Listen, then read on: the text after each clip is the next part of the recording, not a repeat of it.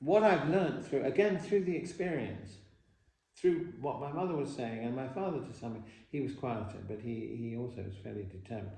What they were saying was, stand up for what you believe is right. And part of that is standing up for yourself.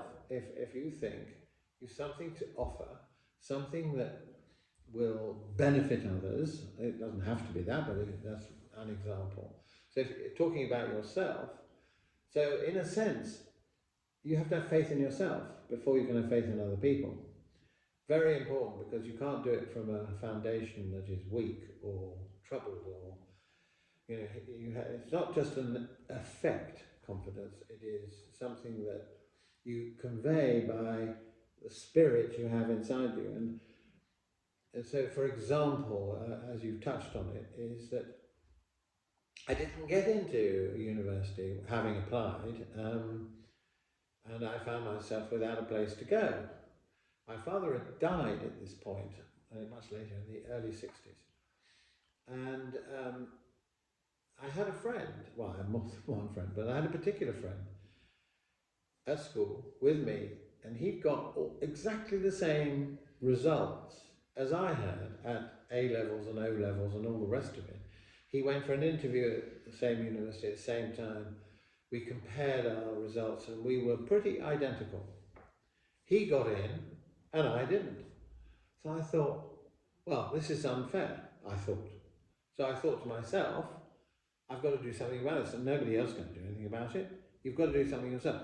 This is all part of, power in the people. That's what you have to have, faith in your own ability to do something. It may not always work. Sometimes you fail, but then you have to get up and try again. But this didn't fail. I mean, my mother was pretty amazed and thought, well, he's off on one, he's a bit mad. But I packed a bag and I went up and I knocked on the admission tutors. Well, it was a Nissen hut, because Kiel was an army camp during the war, Second World War. And with the help of a friend, I discovered where he was. I knew he was the key figure. I didn't know him and never met him. Hugh Leach, I've remembered his name. And I remember going to this Nissen hut, which was his home, on a Sunday. The term was going to start on the Monday. And he opened the door, he's having lunch, and he looked at me and he goes, "What are you doing? Who are you?" This is your head teacher? Well, it's not the head teacher, it's the admissions tutor. Right. So at university, there's no head teacher. Well, there's a chancellor and vice chancellor, but it certainly wasn't him. I knew that the key figure in terms of admissions to the university would be this particular individual, who was a lecturer in, I forgot what they actually taught, I think it was history. So I said, well, I'm sorry to interfere with your lunch, and I started explaining, and he said, "Oh, come in. And he said, "We're just having our dessert." And I said, "Well, I don't want to disturb you." And he said, "No, sit down. Would you like one?" And I go, "Yes, what is it?" And I've remembered it. Different times. Well, they are. It couldn't happen now. Good. Well, it could happen now in a different way. Get reported to the police or something. Well, I don't know. He was a lovely man, and his wife. I said, "Yes, what is it?" "Oh, I know what that is. It's Angel Delight." I think you still get them. Mr. Kipling? Yeah. Butterscotch.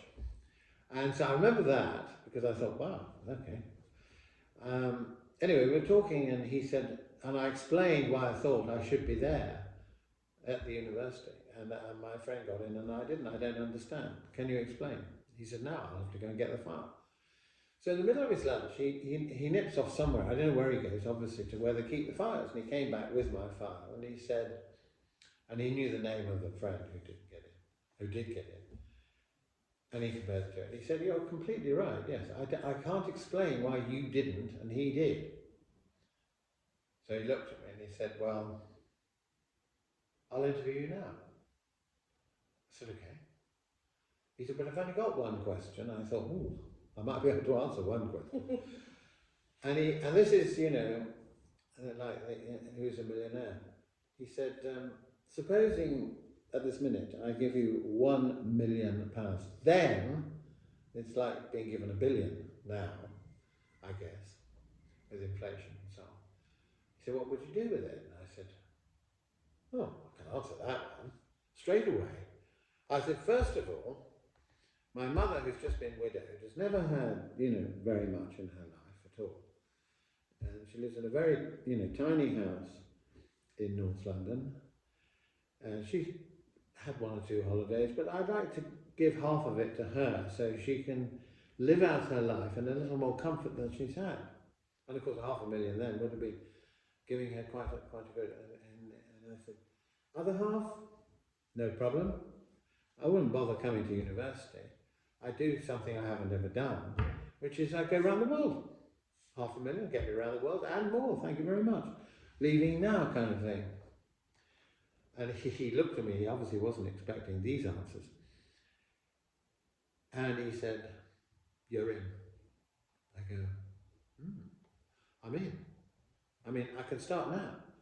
He said, "Yes, but not now." I said, "Why not now?" "Well, you've got to collect your things." I said, "No, I brought them with me. They're in that bag." He goes, well, he obviously translated it as confidence. He said, "Well, I better find you a bed then for tonight." And I said, "Yes, please." I started, and of course I hadn't done any of the reading. The lecturer said, "Go away and do some reading and come back." Anyway, it was an experience of a lifetime. But